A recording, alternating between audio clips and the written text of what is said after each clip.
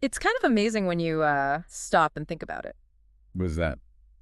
Well, something we often think of as really modern, maybe even a bit edgy, like oral sex. Ah, But right. it actually has this incredibly long history. It goes way, way back. Makes you wonder what people were thinking centuries ago. Exactly.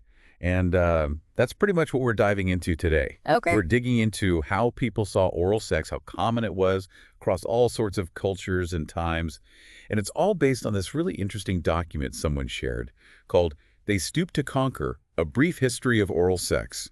They Stoop to Conquer. I Oh, like that title. And yeah, the source isn't just some dry history lesson, is it? no, not at all. What's really cool is the range of stuff it pulls from. Like what?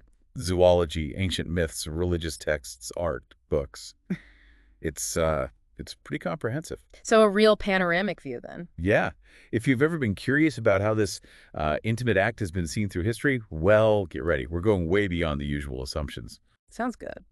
So what's the mission here? What are we trying to figure out? Basically, we want to understand all the different ways societies looked at and, well, did oral sex and what shaped those views, religion, social norms, that kind of thing. It sounds like a journey. From animals to ancient Egypt, Greece, Rome. Right through to scandals in more recent history. It covers a lot of ground. Okay, let's jump in. The document kicks off with a really basic question, actually. Is oral sex just a human thing?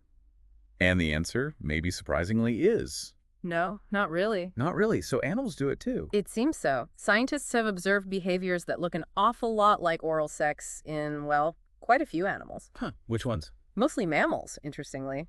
But not the really ancient ones like platypuses, the monotremes. They don't seem to do it. Okay, so it evolved later in mammals, maybe? That seems to be the implication. And it's not just random either. What do you mean? We'll take Indian flying foxes. The source mentions that cunnilingus seems to make copulation last way longer. Longer? How much Yeah. longer? Like 2 or 3 times longer if it happens before they actually mate. Wow. Yeah. That's quite an effect. Any idea why? The book throws out a few ideas. Maybe it's about cleanliness, preventing disease, maybe social bonding. We're getting nutrients. Yeah, even suggests maybe ingesting lost semen. It shows that even something pleasurable might have, practical evolutionary hooks. Okay, flying foxes. What else? Spotted hyenas. This is really interesting. Yeah. For them, it's less about sex and more about, like, social status. Social status. How does that work? Well, female hyenas run the show in their clans, and you see the lower-ranking hyenas, who are always the males, performing oral sex on the dominant females. As a greeting. Yeah, like a greeting or a way to show deference. And get this, the females have this unique, large clitoris that can actually erect on command for these interactions. Seriously. That's incredible. So it's a physical act and a social signal. Exactly. It's all tied into their complex social structure. Wild. Okay, what about big cats? Lions, cheetahs. Yep, them too. Licking and nuzzling genitals is part of their mating rituals. And lionesses, apparently, lick the male's penis quite a bit to arouse him. Why? Do lions need help? Well, the book notes they can mate like dozens, maybe even hundreds of times in a day when the female's in heat. Hundreds. Okay, yeah, maybe they do need a bit of encouragement then. Right. So connecting back, what we see across the animal kingdom is this range of oral genital contact. Some seems functional, some about arousal, some about bonding. So the mouth-genital connection isn't uniquely human. It might have deep evolutionary roots. That seems to be the suggestion. And what about primates, or closer relatives? Ah, yes. Siamangs, their type of gibbon and bonobos, they take it further. How so? Siamangs have been seen doing it, male, female, female, female, and even incestuously between siblings and parents and kids. Wow, okay. That's complex. It really shows how primates use sex for more than just making babies. And the bonobos, they're famous for it, right? Yeah, they use sex for everything, don't they? Conflict resolution, making friends. It's exactly. Solving problems, easing tension, building bonds, even just saying hello. And oral sex is common male, female, female, female. And female bonobos have a larger clitoris than humans. Significantly larger, yeah. Yeah. Which might play into how central these interactions are for them. It really makes you think, doesn't it? With all this going on in the animal world. What about us? Is there a biological drive, or is it mostly culture? That's the big question the book tackles next. And some of the theories about humans are, well, unexpected. Like what? Like the idea that oral sex might function as a way to detect infidelity. Sorry, what? How? The theory goes that someone might be subconsciously checking for traces of, like, another partner's semen. That sounds pretty out there, like sexual forensics. It does seem a bit speculative, but there's a related study mentioned Yeah. by Michael Flom. It suggests men might be more inclined to give oral pleasure if they think their partner is very attractive. Why? The idea is maybe they perceive a higher risk of her cheating, so it's a sort of meat guarding tactic, Hmm. or driven by insecurity. Hmm. That feels a little cynical. What about other ideas? Well, there's the more intuitive one, bond building, especially in monogamous setups. Right. Acts of intimacy strengthening the connection. That makes sense. Absolutely. Strong pair bonds are useful for raising kids, so behaviors that reinforce them would be advantageous. But maybe it's just simpler. Maybe it just feels good. That's probably the most straightforward explanation, isn't it? Pleasure is a pretty powerful motivator for behavior to evolve and stick around. For sure. The book also mentions, kind of briefly, how walking upright and having free hands might have helped early humans. Right. Anatomy plays a role. Makes it physically easier to explore different positions and interactions. Harder to get creative on all fours, I guess. Pretty much. And there's some speculation about early prostitution, too. Yeah, the idea that maybe oral sex was offered as a way to exchange favors without the risk of pregnancy. Makes practical sense, especially before reliable contraception. It does offer a non-procreative option in a transactional context. The book even hints it might have been part of, like tribal bonding or ceremonies, though it admits that's guesswork. Yeah, without written records from that far back, it's hard to know for sure. But given how widespread it seems later, it's reasonable to assume the roots are ancient, maybe predating writing itself. Okay, let's jump forward then. Ancient Egypt. This is where we get the first recorded story involving oral sex. Right. That's right. The myth of Osiris and Isis. It's a really old one found in the pyramid texts. And the context is pretty dramatic. Isis bringing Osiris back to life after his brother Set chopped him up. Exactly. And crucially, Set scattered the pieces, and Osiris's phallus was lost, supposedly eaten by a fish. Which is why some Egyptians avoided eating certain fish. That's the story, yeah. So Isis, in this iconic scene you see in art, makes a replacement phallus out of gold. Right, and then she breathes life back into him through the golden phallus. Yes, it's clearly depicted or described as an act of while resurrecting fellatio. And then she conceives their son, Horus. Wow, so it's tied to death, resurrection, creation, power. Pretty fundamental stuff. Absolutely. It suggests that for Egyptians, this act could be linked to the very essence of life. And someone even suggested this influenced things like the Washington Monument as like a subconscious echo. It's a fascinating, if speculative, connection, isn't it? Yeah. Shows how powerful these ancient symbols can be. But Osiris wasn't the only Egyptian example. Not at all. You've got the creation myth from Heliopolis. Adam, the creator god. He creates the first gods how? Either by masturbation or, in some versions, self-fellatio. He ejaculates, spits out the semen, and boom, Shu and Tefnut, wind and rain. Talk about a unique origin story. And it continues. Geb, the earth god, is also sometimes shown doing the same thing to create more gods. And Gebennut, the sky goddess. There were depictions of them in what looks like a 69 position, mutual oral sex, symbolizing the connection between earth and sky. Oral themes seem quite significant in their cosmology. Okay, let's shift gears. Ancient Greece and Rome. We often think of the Greeks as super liberal about sex, right? That's the common image, yeah. But the book argues it's more complicated, especially regarding oral sex. How so? Well, while they weren't generally shy about sex, there were definite taboos around oral acts, particularly fellatio. Really? Who was it associated with? Often with prostitutes, sometimes with homosexual relationships. It was generally seen as kind of degrading for both people involved. Is that reflected in their art? Yeah. Fellatio is pretty rare on Greek pottery, and when it does show up, it sometimes looks coerced and cunnilingus, almost totally absent from the art. That's surprising. What about famous figures? Did they talk about it? The orator Demosthenes made that famous distinction, heterae for pleasure, concubines for daily needs, wives for kids, and household management. Implying oral sex didn't really fit into those acceptable categories. That seems to be the suggestion. It was outside the norms. Okay, so maybe not in everyday life, but what about the myths? Did the gods get involved? Ah, yes, there are hints. Zeus and Io, he turns her into a cow, then claims he planted their race with his own hand. Some read that as a euphemism for fellatio. A euphemism, okay. And even the Stoic philosopher Chrysippus tried to give a deep meaning to a painting of Hera fellating Zeus. He said it was Zeus depositing reason into the universe. Ah, Leave it to a philosopher. What about Yeah. satyrs, those wild guys with Dionysus? Right, the half-man, half-goat figures, often shown with huge phalluses. And apparently a slang term for oral sex in Greece was playing the flute. Linking to their musical nature. Exactly. And their leader, Silenus, was a minor fertility god. Some scholars, like Camille Paglia, even link this to the Dionysian ritual of eating raw flesh, omophagy, suggesting a primal connection. Then there's Orpheus. The book calls him the ancient world's most famous conlictor. What's his story?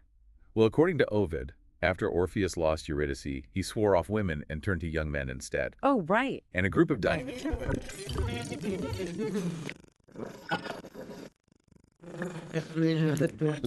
Not in that version, no. It's a pretty brutal story about transgressing norms. Were there actual philosophers arguing about it, too? Yeah, the book mentions a female philosopher, doesn't name her, who argued against cunnilingus, said it drained a woman and didn't help with procreation, which was seen as the main point of sex. The procreation argument again. Okay, but what about literature? Poets must have mentioned it. Oh, yeah, especially for insults.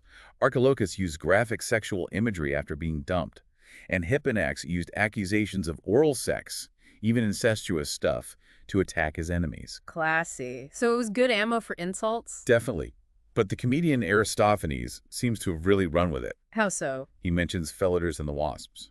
In another play, Ecclesiazuse, he talks about an infamous cunnilingus named Smoius, and he rags on this guy Ariphrades, claiming he invented cunnilingus. He invented it. That's hilarious. And he frames it as something for the old and impotent. It's classic comedic roasting, playing on social anxieties. Was it only fictional characters? Or did real people get mentioned? Well, in Plato's Symposium, the flashy general Alcibiades makes some notorious comments about Socrates being apparently very skilled at fellatio. Socrates, really? Wow. Even if it was sarcastic, that's quite a claim. It suggests that even if frowned upon officially, it was certainly part of the conversation, at least in some circles.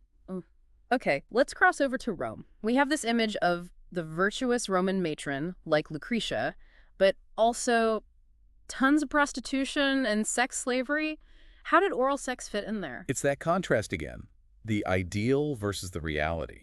The poet Martial suggests fellatio was mostly linked to male prostitutes, not something all Roman men did. And the satirist Juvenal. He really looked down on men being the receptive partner in any sex act. For him, acceptable male activity was penetration mouth or vagina.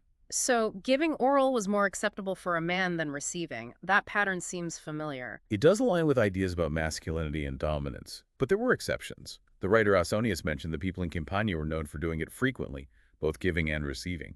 Regional differences. And it was still used as an insult, right? Like in Lucian's work. Absolutely. Accusing someone, especially a man, of oral sex was a standard way to shame them. But views were conflicted. How so? Horace recommended getting it from an ancient whore, but Seneca wanted nothing to do with a known fellator. And of course, it popped up in erotic novels like Satyricon. Rome absorbed lots of cultures. Did Eastern cults bring different practices? Yes, definitely. The cult of Cybele had eunuch priests, the Galles, who castrated themselves. They were reportedly involved in oral sex, which Martial criticized heavily. Okay. Any others? The worship of Isis. Sometimes priestesses performed sexual acts, including oral sex, as part of worship. There were even rumors of emperors joining in, dressed as women. Wow. Sounds like these cults were seen as pretty scandalous by traditional Romans. For sure.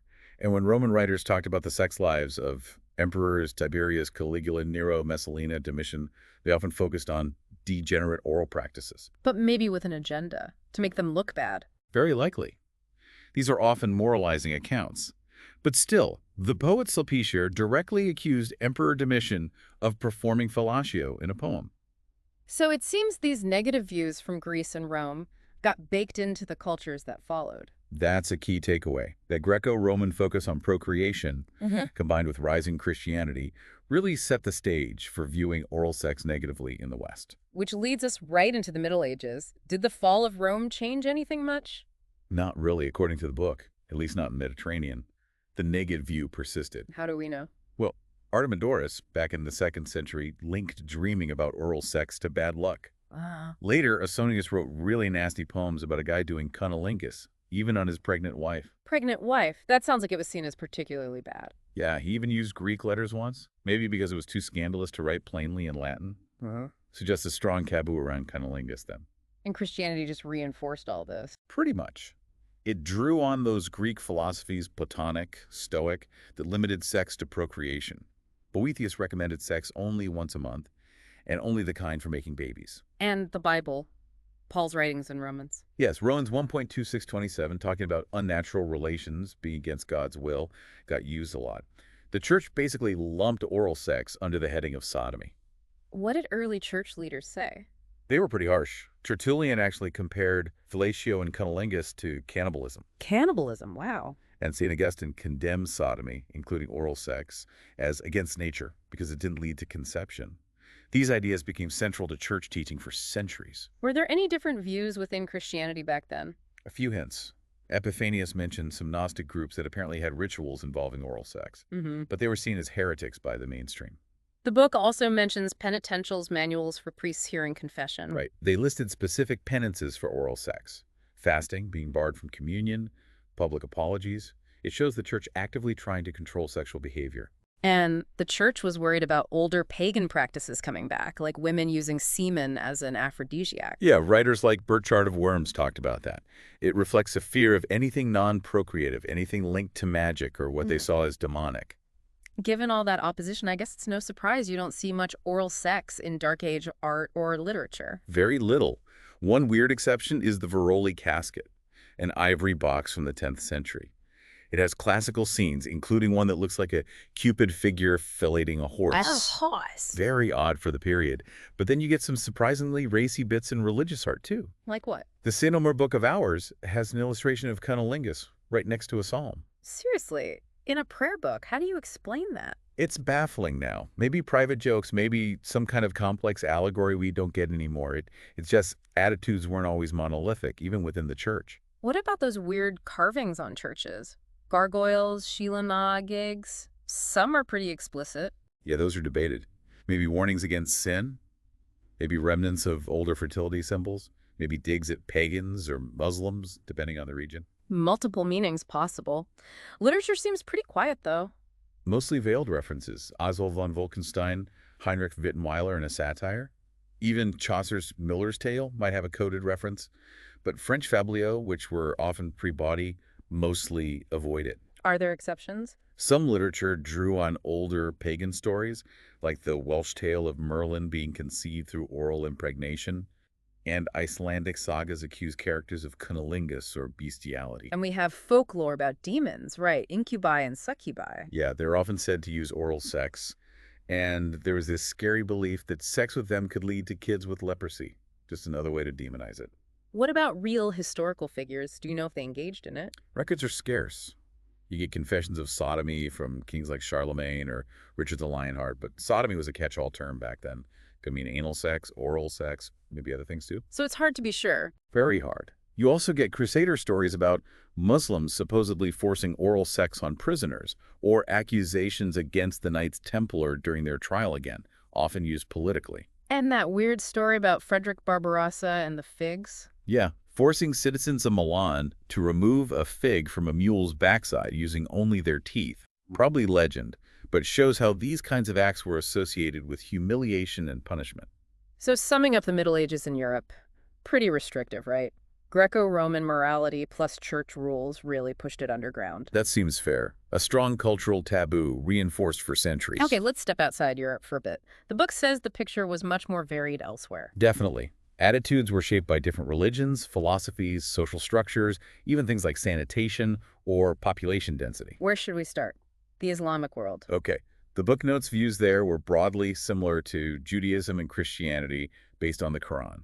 Emphasis on procreation, disapproval of non-procreative acts. But India sounds like a totally different story. Oh yeah, much more accepting. The Kama Sutra famously details 8 different fellatio techniques for men and women performing it. 8 techniques. That's specific. Shows a very different cultural mindset. Absolutely. It treats it as a normal, even desirable part of erotic life. A huge contrast to medieval Europe. And there are myths involving it, too. Yeah, the birth of Kartikeya, Yeah. where the god Agni collects Shiva's semen in his mouth, and Ganesh's trunk, seen as phallic, with depictions of him being fellated. Wow, incorporating it right into religious narratives. Though it wasn't all positive, they also had tales of demon-like beings, tweels, using fellatio to drain life force. So it existed in darker folklore, too. What about Buddhism? What was the view there? It seems to have varied. Early on, no general ban, though they spoke against sexual misconduct. The Pali Canon mentions pandaka, which might have included men performing homosexual fellatio. But later views changed. Some schools became more critical of non-procreative sex. But then you had Japanese esoteric Buddhism, the Techikawaru school, which actually saw oral sex as normal, even helpful for enlightenment. So quite a range within Buddhism itself over time and place. What about China? A split there, too. Taoism was generally more accepting, and erotic literature had plenty of descriptions. But Confucianism, which became dominant, took the procreation-focused view, similar to the Middle East. Any specific stories from China? Some dramatic ones. Empress Wu Zetian was accused of forcing officials into cunnilingus, licking the lotus stamen, they called it. Ouch. Power dynamics again. And the Yongle emperor supposedly executed people over rumors about his eunuchs having vegetarian affairs, another euphemism for cunnilingus. Vegetarian affairs. Okay. Seems like cunnilingus had some interesting code names. How about Japan? Japan had a history of maybe more moral relativism in sex. We mentioned the Tachikawa school embracing tantric practices, including oral sex. But later influences were more critical. Yeah, later Buddhist texts and Confucianism brought challenges. One text called practitioners beasts in men's flesh. But then you get the Shunga art in the 19th century. The erotic woodblock prints. Exactly. They frequently showed oral sex, often portrayed as just a normal, universal thing. And interestingly, cunnilingus seems more common than fellatio in that art. Think of the dream of the fisherman's wife. Right, the one with the octopus. Okay, moving across the ocean. Melanesia and Polynesia. Generally much more liberal views, according to the book. Example. Cunnilingus apparently common in Pohnpei, Cook Islands, men using tongues and teeth for stimulation. Even accounts for Melanesia of men putting fish in vaginas before oral sex. Fish. Okay, that's different. Shows a huge range of practices. Definitely. What about other tribal cultures? Also varied. Manchu mothers apparently filleted young sons as a greeting. It's a greeting. That's what's recorded. Some Amerindian groups, like the Winnebago, had a class of effeminate men, messengers, who performed fellatio. But others, like the Inuit and Yurok, frowned on it, maybe worried about mixing fluids. So it's a real patchwork globally. The book suggests maybe colder climates were more opposed, warmer climates more accepting generally, with exceptions like the Greeks and some Amerindians. That's an interesting hypothesis it throws out. It really emphasizes how culture, environment, religion all play into shaping attitudes towards something so personal. Okay, let's head back to Europe. Renaissance up to the 19th century. The book says the Renaissance started a slow shift away from the medieval negativity. Yeah, it's a key turning point. The renewed interest in classical stuff, new art techniques. It allowed artists to tackle subjects that were off limits before, like the woodcut sacrifice to Priapus. But it wasn't an overnight change, right? Religion still played a role. For sure. Some religious art still showed it negatively. Di Bartolo's Last Judgment has sodomites punished. Hans Baldung's woodcuts link witches to oral acts. So the association with heresy, witchcraft, that lingered. It did. Witch trial testimonies sometimes implied cunnilingus. And there was still that tendency to link deviant sex to outsiders, like Michel de Cuneo writing about cannibalism and sodomy in the Americas. But we also start getting writers who are much more explicit. Aretino. Rabelais. Exactly. Pietro Aretino described cunnilingus directly. Rabelais was more oblique, but definitely suggestive in body. They started pushing the envelope. Were there others? Yeah, works like Nicolas Courier's The School of Women or Ferrante Pallavicino's The Whores Rhetoric were pretty licentious for the time. And the Reformation, did that play a role indirectly? Maybe. By weakening the church's monolithic authority, it opened space for more diverse thinking over time, which eventually affected views on sex too. Though you still see it associated with violence, like in Grimmelshausen's novel about the 30 Years' War, where forced oral sodomy is a punishment. It's interesting you have Erasmus apparently denying it even happened, while Shakespeare is writing suggestive stuff in Venus and Adonis. Shows the range of attitudes even then. Shakespeare and poets like John Marston and John Donne were definitely including more direct, sometimes quite explicit allusions in their work, at least in certain circles. But the law was still strict. The Buggery Act. Oh yeah. The law didn't change quickly. The Buggery Act of 1533 outlawed sodomy, interpreted to include oral sex, and Queen Elizabeth later reinstated it. So legal danger was real. Ben Jonson knew his classics, but was maybe more cautious in his own writing. Seems that way. And Milton's Paradise Lost, while epic and religious, has scholars finding subtle hints about sex before and after the fall. The book mentions France becoming more open later on, leading to Frenching as a slang term. Right, and then in the 18th century you get the Marquis de Sade. Ah, Sade, taking things to extremes. Absolutely. His novels Justine, Philosophy in the Bedroom are full of explicit depictions, including lots of oral sex, pushing boundaries of liberty and transgression. Casanova's memoirs also give a glimpse of more libertine attitudes. This period also gives us the term 69 used sexually, right? In the Whore's Catechism. That's the first recorded instance, yeah. And banned books like Fanny Hill by John Cleland featured cunnilingus quite openly. The genie was definitely starting to peek out. Artists like Goya reflecting Enlightenment ideas, too. Yes, themes of freedom in his work could indirectly influence views. Even Napoleon writing suggestive letters to Josephine hints at more private openness. Then the 19th century hits, Industrial Revolution, Victorianism. Seems like a contradiction. It really was. You get Achille de Very's illustrations, maybe the first in modern Western art, showing lesbian oral sex. At the same time as the very prim and proper Victorian public image. Exactly. Victorian morality clamped down in public, but there was this whole underground of erotic literature and art. Byron, Shelley writing erotic poetry, euphemisms like gamma hooching appearing in secret texts, Richard Burton putting explicit stuff in his Arabian Nights translation. And that weird story about John Ruskin supposedly being shocked by his wife's pubic hair? Apocryphal? Maybe? But it captures the anxieties of the era perfectly. Legally, things got stricter in some places. New U.S. sodomy laws, Yeah. some specifically naming oral sex. While others accidentally legalized some acts by not mentioning them. Right. And in England, the Labouchere Amendment, used against Oscar Wilde, targeted gross indecency, which often included same-sex acts and oral sex. So the law was still a major threat. Definitely. Wilde's case is a stark reminder of the severe consequences. And the Kellogg brothers wanting cornflakes to dampen sexual urges. That speaks volumes. It really shows the level of moral panic. Then you get Freud starting to analyze the psychology of it all. While Krafft-Ebing was calling it a horrible sex act. Yeah, conflicting views even in medicine and psychology. Freud exploring deeper meanings, Krafft-Ebing reflecting the societal disgust, and linking it to foreigners, like in the Leo Frank case, shows how prejudice got mixed in. So the 19th century, growing awareness, maybe some underground acceptance, but still lots of anxiety and legal danger. A real transition period. Exactly. The groundwork for the 20th century's changes was being laid, but it was messy and contradictory. Okay, finally, the 20th century and beyond. The book points to King Edward VII as kind of kicking off a less stuffy era. His reputation was definitely more hedonistic than Victorian, maybe signaling a shift. But not everyone was on board. Ida Craddock, who advocated for women's sexual pleasure, was still against oral sex. And it even got dragged into World War I propaganda. Yeah, bizarre accusations about women demoralizing enemy soldiers with oral sex. Shows how deep the anxiety still ran, ready to be weaponized. But the 1920s brought more permissiveness. Definitely. The Roaring Twenties saw more openness reflected in art, von Barrows, Averill, and literature. Dada poets like Baroness Elsa von Freytag-Loringhoven, figures like Aleister Crowley exploring taboo subjects. Was the medical view changing too? Sexologists like Havelock Ellis? They started offering more nuanced views. Still cautious, but seeing oral sex as potentially helpful for sexual dysfunction, moving away from pure moral condemnation towards a more clinical view. The Lost Generation writers contributing to liberalization too. Yes, but scandals still erupted. Charlie Chaplin?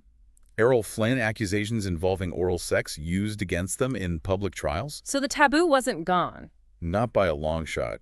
Hollywood's casting couch stories also emerged later, highlighting power imbalances. And legal crackdowns continued, especially targeting homosexuality, the Newport scandal, censorship of the Well of Loneliness, Comstockery trying to suppress obscenity. Sex education starting to appear, but facing backlash. A predictable pattern.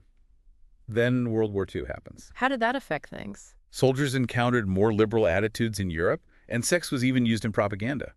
This exposure likely shifted some perspectives back home. The post-war era. Conservative on the surface, but change brewing underneath. Right, and then Kinsey's reports landed. Ah, Kinsey. Revealing high rates of oral sex. That must have been a bombshell. Huge. It showed what people were actually doing, challenging the official narrative. It helped normalize it. You start seeing it more in literature, like Updike's Rabbit, Run. Early instructional books like Originalism appear. Then the baby boomers come of age in the 60s. Things really open up. Yeah. Andy Warhol's film Blowjob, beat poetry, female writers being more frank, even rumors about politicians like JFK.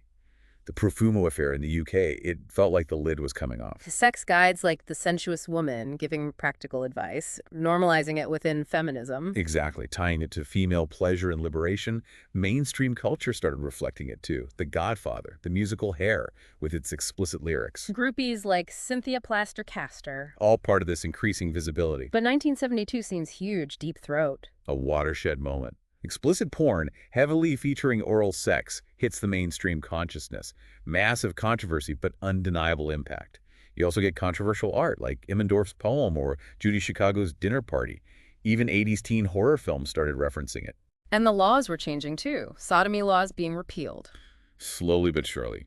Illinois started in 1962. State by state, legal challenges chipped away at laws criminalizing consensual acts, including oral sex. So the late 20th century saw this massive shift, culture, feminism, law, all moving towards acceptance. A really rapid transformation compared to the centuries before. Moving into the really modern era, the 80s, 90s, oral sex is just kind of there in movies. Yeah, increasingly visible, often casually. The book mentions that long, funny discussion in the indie film Clerks as an example of how it became just a topic of conversation. It also links the popularity of vampire movies to oral sex, Dracula and Freud. An interesting take. The symbolism of the bite fluid exchange. It carries erotic weight, and a Freudian reading connects it to oral fixation or transgressive desires. Celebrity scandals didn't stop, though. Hugh Grant, Mike Tyson. No, those continue. And then the massive one, Clinton and Lewinsky. Right. That put oral sex on the front page everywhere. Impossible to ignore. Absolutely. The graphic details, the public debate, it was huge. And the public reaction was complex outrage from some, amusement from others, but Clinton remained popular. Showed a real shift, maybe separating private acts from public office. Plus the hypocrisy of some accusers came out later. That complicated it further. It even inspired art, like Shank's portrait of Clinton. And you had figures like Barbara Cartland bluntly discussing it in relation to Princess Diana. Mainstream conversation. And the data backed this up. High prevalence rates in the 90s, 2000s, linked maybe to education, feminism. Surveys consistently showed it was very common.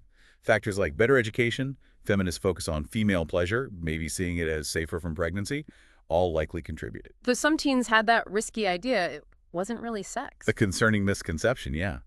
But alongside acceptance came increased awareness of STI risks. Right. HPV-related cancers, Michael Douglas bringing that to light. So Yeah. acceptance plus health awareness. A more mature understanding, perhaps. You need both. The book even mentions cookbooks for semen. That's Yeah. something. Shows how far the boundaries of discussion have been pushed.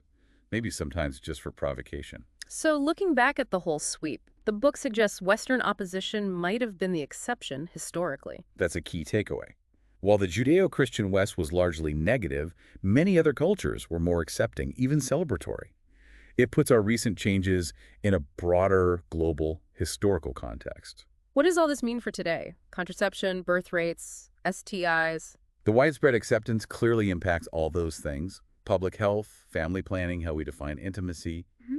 The consequences are still playing out. Well, wrapping up this deep dive, it's undeniable. The history of oral sex is way more complex, surprising, and culturally tangled than you'd probably think. Absolutely. We've seen acceptance, repression, resurgence, all shaped by myths, religion, social rules, our evolving ideas about sex itself. Yeah, something that feels so personal, so now, actually has these incredibly deep roots, human roots, even animal roots. Shaped by millennia of stories, beliefs, and societal structures. Which brings us to that final thought for you, the learner. Given this long, winding road we've traced, how might things keep evolving?